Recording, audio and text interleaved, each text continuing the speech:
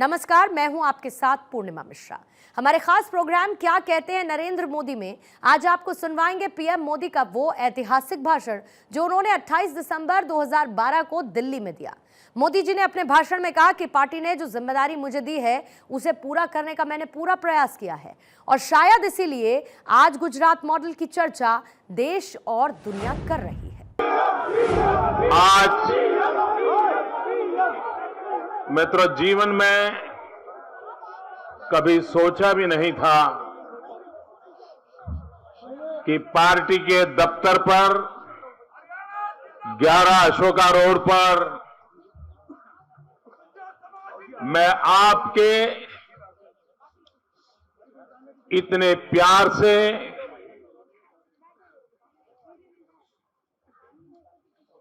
गर्मजोशी से जो स्वागत और सम्मान आपने दिया है, इसलिए मैं आपका बहुत बहुत आभारी हूं। मेरे मन को यह घटना छू रही है, उसका एक विशेष कारण है। मैंने जीवन के महत्वपूर्ण वर्ष इसी 11 अशोका रोड में बिताए थे।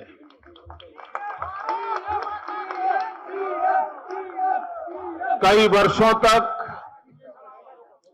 इसी 11 अशोका रोड की एक छोटी सी खोली में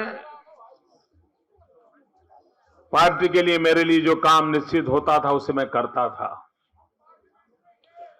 भाइयों बहनों, मैं अपने अनुभव से कहता हूं,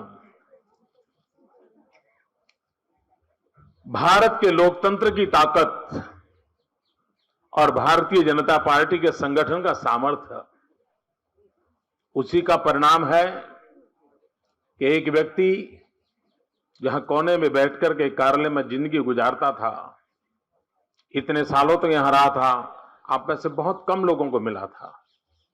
एक पर्दे के पीछे एक साधक की तरह अपना काम करता था, लेकिन ये संगठन का सामर्थ्य है कि उसने मुझे कहां से कहां पहुंचा दिया।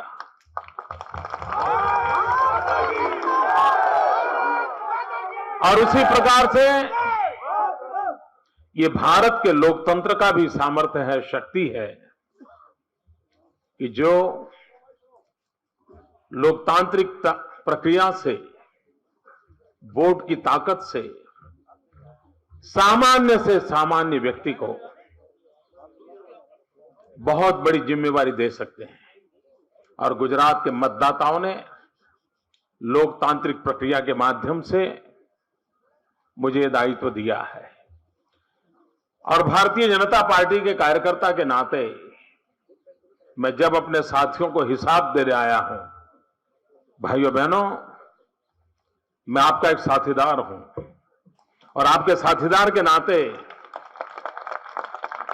मुझे आपको हिसाब देना चाहिए। और मेरे लिए आज मौका है मेरे साथियों को हिसाब देने का। और मैं तो तीसरी बार भारतीय जनता पार्टी के लाखों कार्यकर्ताओं का अविरत परिश्रम और जिसका परिणाम कि आज जब 2 साल 2.5 साल में सरकारें बदलती हैं, उसमें 12-12 साल से 3 बार एक सरकार को जनता चुने, ये भारतीय जनता पार्टी संगठन, सरकार का काम इसकी गवाही देता है। ये इसकी गवाही देता है। भाइयों बहनों, मुझे इस बात का भी आज संतोष हो रहा है कि 12 साल के शासन काल के दरमियान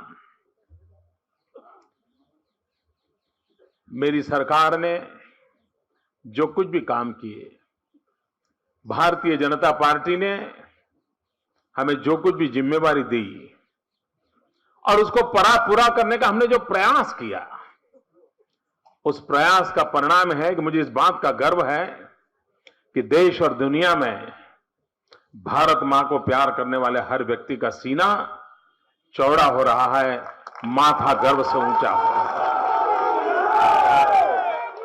और एक कार्यकर्ता के नाते, भारतीय जनता पार्टी के कार्यकर्ता के नाते ये मेरा कर्तव्य बनता है कि मुझे जो दायित्व मिले उस दायित्व से मैं ऐसा काम करूं, क्योंकि मेरी पार्टी के लाखों कार्यकर्ता सीना तान करके आंख में आंख मिला करके दुनिया को चुनौती देने का सामर्थ्य पैदा करें। और भाइयों बहनों, आपके एक साथी के रूप में आपने जो भी जिम्मा मुझे दिया है, उस जिम्मे को पूरा करने का मैंने प्रयास किया है और हर बार गुजरात के मतदाताओं ने उन अच्छे कामों को मोहर लगाई है। भाइयों बहनों, गुजरात एक्सपीरियंस से मैं कार्यकर्ताओं को यह जरूर कहूंगा, कठोर परिश्रम का कोई विकल्प नहीं होता है। भाइयों बहनों, मैं ये भी मानता हूं कि आज जन सामान्य की आशा अपेक्षाएं बहुत बढ़ी हुई है, व्यक्ति की आकांक्षा भी बढ़ी हुई है, और उस आशा आकांक्षाओं को पूरा करने के लिए प्रतिपल शासन को जनसमर्पण के साथ चलाए रखना, जनता को संतोष देना, यह अपने आप में एक बहुत बड़ा दायित्व होता है। लेकिन इस पार्टी से मुझे जो संस्कार मिले, पार्टी के हर छोटे मोटे कार्यकर्ताओं से जो समर्थन मिला, उससे भली भांति उस पवित्र कार्य को हम कर पाए हैं। और मुझे गर्व है कि मुझे जो दायित्व मिला है, उस दायित्व को भारतीय जनता पार्टी को संतोष हो, भारतीय जनता पार्टी के कार्यकर्ता को गर्व हो, उस प्रकार से पूरा करने का मैंने प्रयास किया है। भाइयों बहनों, आज देश और दुनिया में भारतीय जनता पार्टी के गुजरात शासन की चर्चा हो रही है। मैं देख रहा हूं कि पिछले वर्ष, कुछ वर्षों से देश के कई प्रमुख लोग, भिन्न भिन्न राजनीतिक दलों के लोग भी मीडिया में कोई हाई फाई किए बिना भी लगातार गुजरात आते रहे हैं।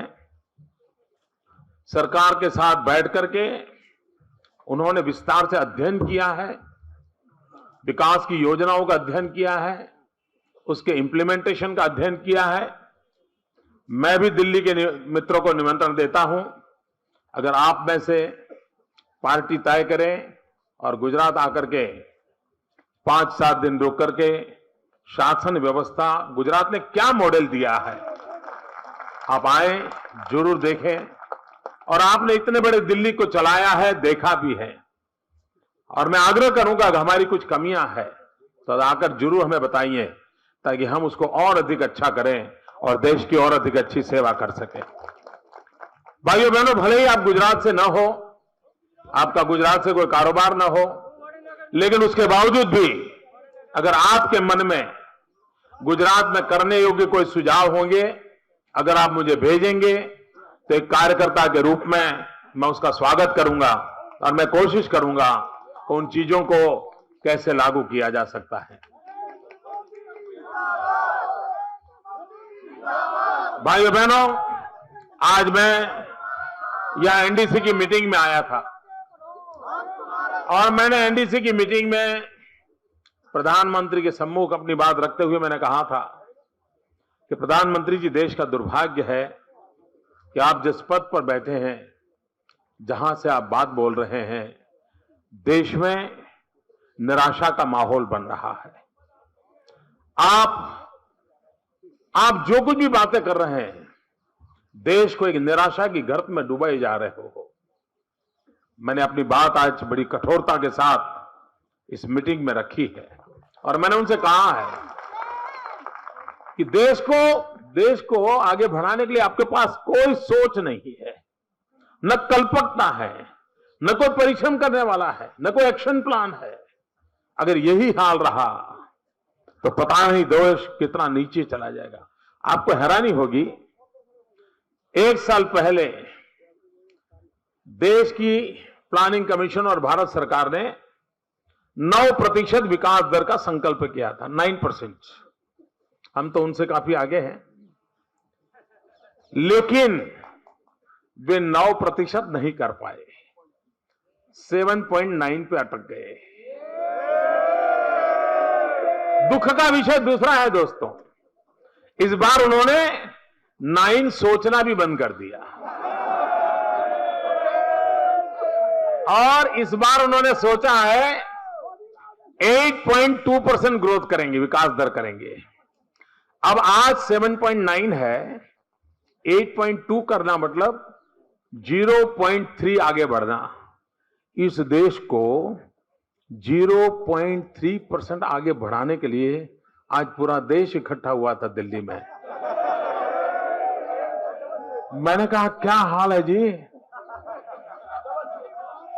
हम सब मुख्यमंत्री कितना ही धक्का लगाए, लेकिन जिस प्रकार से आप दिल्ली चला रहे हो, ये 0.3% के लिए इतनी मशक्कत करनी पड़ रही है, ये हाल है दिल्ली सरकार का। जबकि गुजरात 11+ से विकास दर कर रहा है मित्रों। कृषि के क्षेत्र में वो 2.5-3% से आगे नहीं बढ़ पा रहे हैं और गुजरात 10 से नीचे नहीं आ रहा है। यह इतना मिसमैच है जी। मैंने आज सारे विषय उनके सामने रखे। मैंने कहा कुछ तो सोचिए आप, देश का नौजवान, हिंदुस्तान का 65% नौजवान 35 से कम उम्र का है। हिंदुस्तान की जनसंख्या का 65% 35 से कम आयु का होना, यानी भारत युवा शक्ति से भरा पड़ा है। लेकिन उस युवा शक्ति को राष्ट्र निर्माण में जोड़ने के लिए आपके पास न कोई सोच है, न कोई सपना है, न कोई योजना है, न आपका कोई पॉलिटिकल विल है। भाइयों बहनों, आप कल्पना कर सकते हैं कि किस स्थिति से आज नेतृत्व देश को चला रहा है। लेकिन भाइयों बहनों, आज देश में कुछ भी अगर हो पा रहा है तो कुछ राज्यों के परिश्रम के कारण हो रहा है। थोड़ा सा भी आशा की नजर आ रही है तो कुछ राज्यों के परिश्रम से आ रही है। एक इंदिरा गांधी के जमाने से कार्यक्रम चलता था, 20 पॉइंट प्रोग्राम, गरीबों की भलाई के लिए चल रहा है। जितनी भी सरकारें आई, सब सरकारों ने इसको कंटिन्यू किया। अटल जी के जमाने में कंटिन्यू किया था, अभी भी कंटिन्यू किया, और उसका हर 6 महीने रिव्यू बाहर निकलता था। और पिछले 10 साल में गरीबों की भलाई के 20 पॉइंट प्रोग्राम के इंप्लीमेंटेशन में हर बार पहला नंबर गुजरात का आया।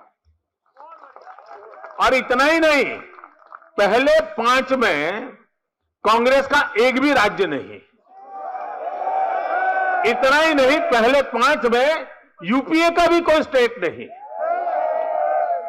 और मैंने 1 साल पहले एक मीटिंग में जब कहा, मैंने कहा आपकी यह हाल है, आपका कोई स्टेट परफॉर्म नहीं कर रहा है, तो भारत सरकार ने क्या किया? अपने राज्य को परफॉर्मेंस करके मोदी से आगे निकल जाने के लिए प्रेरित करने के बजाय उन्होंने निर्णय किया कि अब भारत सरकार हर 6 महीने जो रिपोर्ट निकालती थी वो निकालेगी नहीं, ताकि उनकी बेइज्जती होती थी। यानी वो रास्ते ऐसे खोज रहे हैं कि जो देश को गड्ढे में ले जा रहा है। अच्छा करना, अच्छा सोचना, आगे बढ़ना, ये कोई अपेक्षा आज वर्तमान कांग्रेस पार्टी के नेतृत्व से करना बहुत मुश्किल है। भाइयों बहनों, गुजरात ने वादा किया है विकास की नई ऊंचाइयों पर जाना और विश्व की समृद्ध शक्तियां जो हैं उसकी बराबरी करने का सपना देकर के गुजरात आगे बढ़ रहा है। मित्रों, अगर मैन्युफैक्चरिंग सेक्टर में चीन अपना लोहा दिखा रहा है तो गुजरात क्यों ना दिखा सकता है। इस सोच से हम आगे बढ़ रहे हैं।